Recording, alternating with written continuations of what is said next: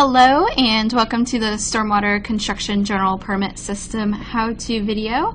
This one is on entering a new permit registration. So in this video we're just going to discuss the data entry rules, how the data from the registration statement should be entered into the permit record in the system.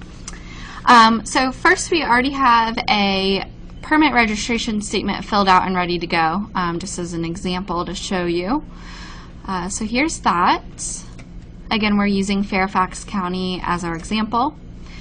And before you even get started in entering in the registration statement information, we want to make sure there's not already a permit record in the system, whether it's one that's been submitted or a permit that's already been issued.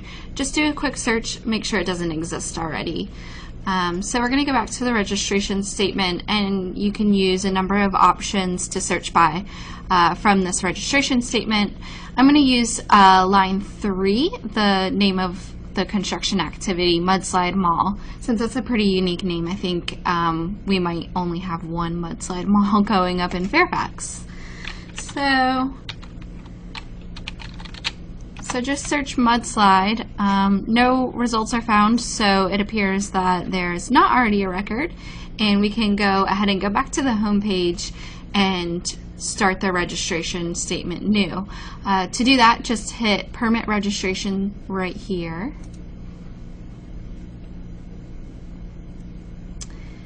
And so this is what the permit registration looks like before any data is entered in and before a permit number is assigned. The biggest thing to note is that any fields like this one that have the star next to it, those things have to be entered before the record can even be saved. The little flags mean that that data has to be entered before the record is submitted to DEQ for approval. So since I don't have any information entered in here, I'm just going to do a quick pause and take all the information from our registration statement and type it into our system. So once that's done, I will be right back. Alright, so once you have entered all of the data in, this is what it'll look like. Like I said, the stars have to be entered in order to save the permit record. So I'm just going to go through this kind of field by field, make some notes about the data entry rules, and explain a little bit of that. So as far as the VSMP authority, if you are logged in as someone who can enter data for the City of Fairfax, that's all that will show up on this drop-down arrow. So only people in the City of Fairfax can create a permit record for the City of Fairfax.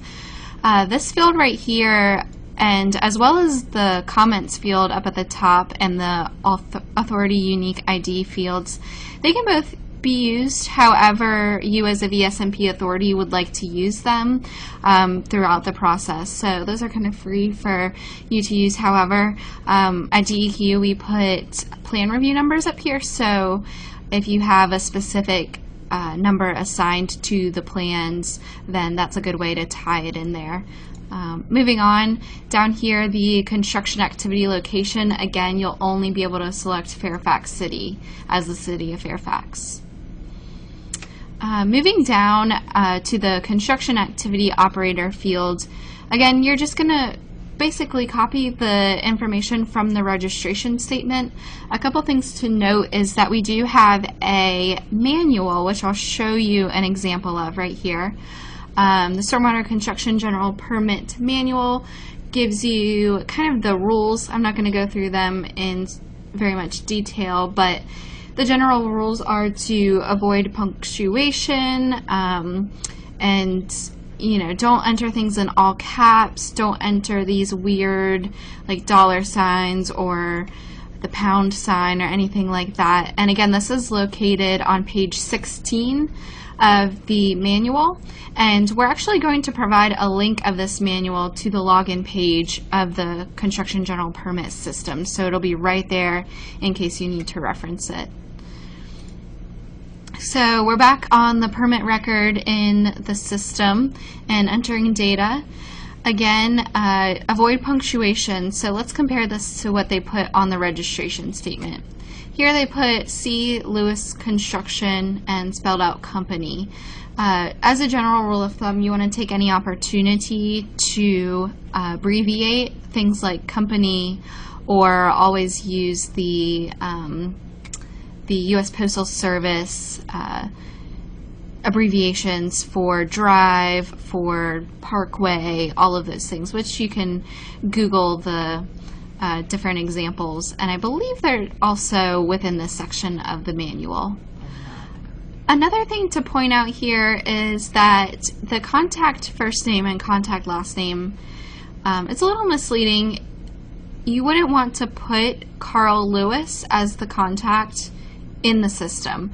That field in the permitting system is meant for the signatory authority that signs the registration statement, which could be someone different from who they put as the operator in field 1.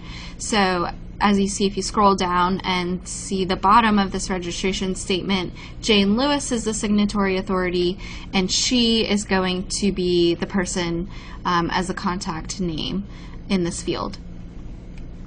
And another thing to note is that an email address isn't required on the form or in the system to save or submit.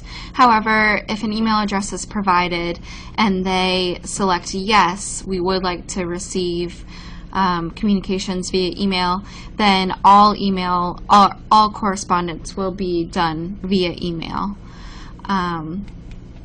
And as a VSMP authority, VDOT operator right here will always be no.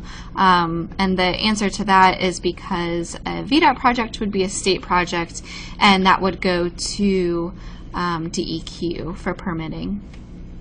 And just another note, we're going to cover this in a later video, but there are a number of things that you'll want to check as you go through here, and one of them is the operator name. We do make sure that the operator that they give us is a legal business entity and they don't have any outstanding fees or issues with their state's respective SCC file. Most of the time they're going to be in Virginia, so in that video we'll show you how to check that as well.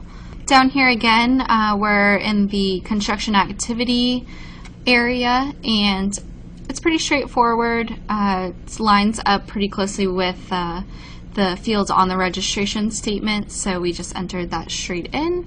Again, you can toggle between whether it's latitude, longitude in decimals or degrees, minutes, seconds. And then, like I said, in a later video, we're going to show you how to actually plot the latitude and longitude into Virginia's GIS to verify the location and the hydrologic unit codes that you'll enter later. And then moving on to one of the last sections, which is the project information.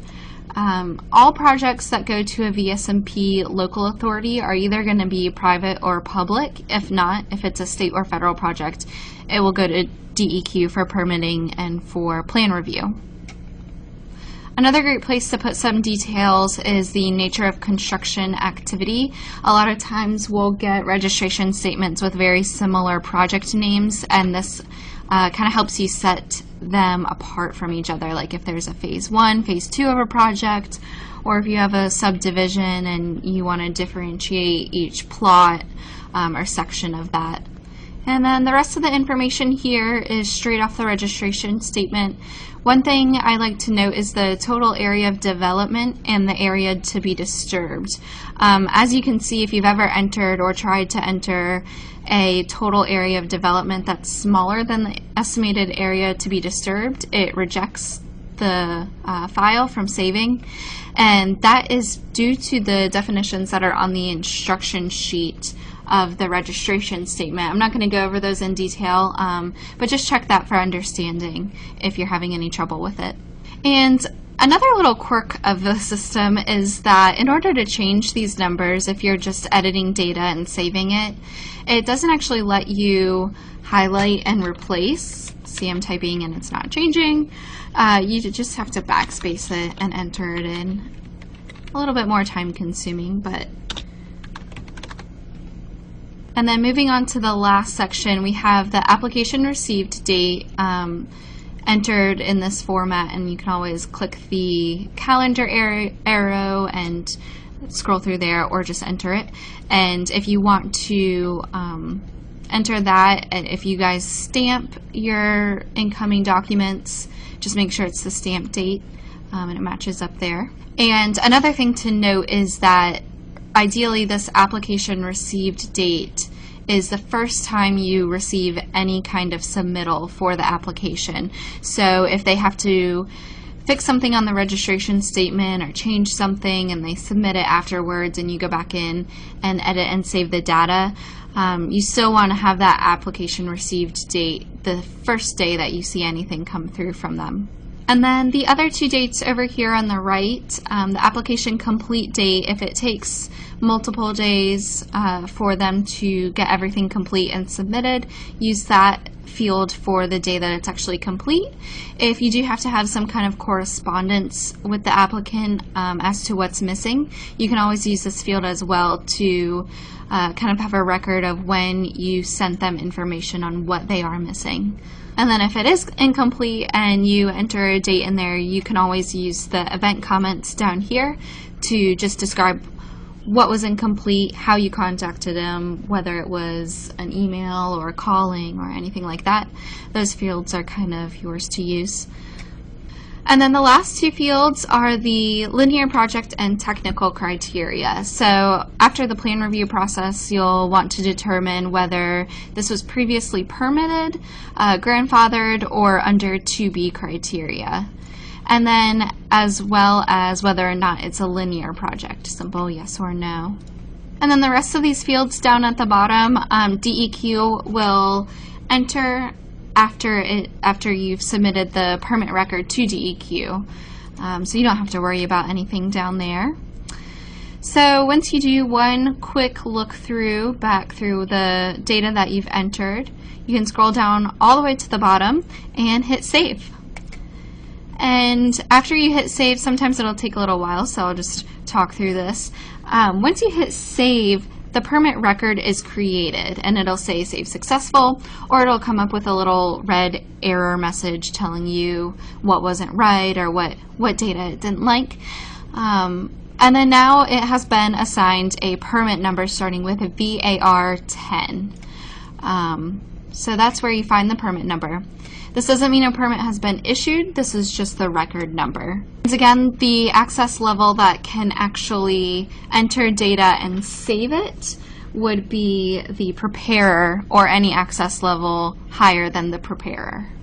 And then the last area of data entry is going to be over here if you go to the left and hit Offsite Activities. There's not always an offsite activity, but when there is, it has to be entered through this separate tab. And again, if you're looking at the registration statement, it's going to be under line 9, but it's going to be this field right here.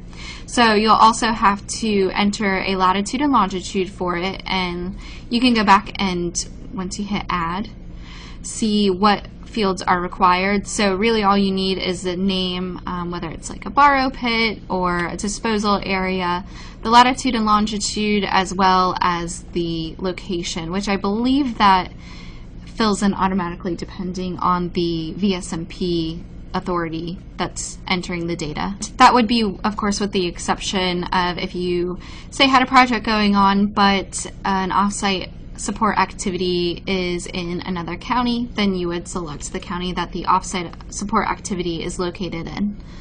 And then again, you have this kind of radio button that lets you switch back and forth between latitude, longitude, and degrees, minutes, seconds. Unfortunately, right now, the degrees, minutes, seconds is not working, so you can only enter as the decimal latitude and longitude.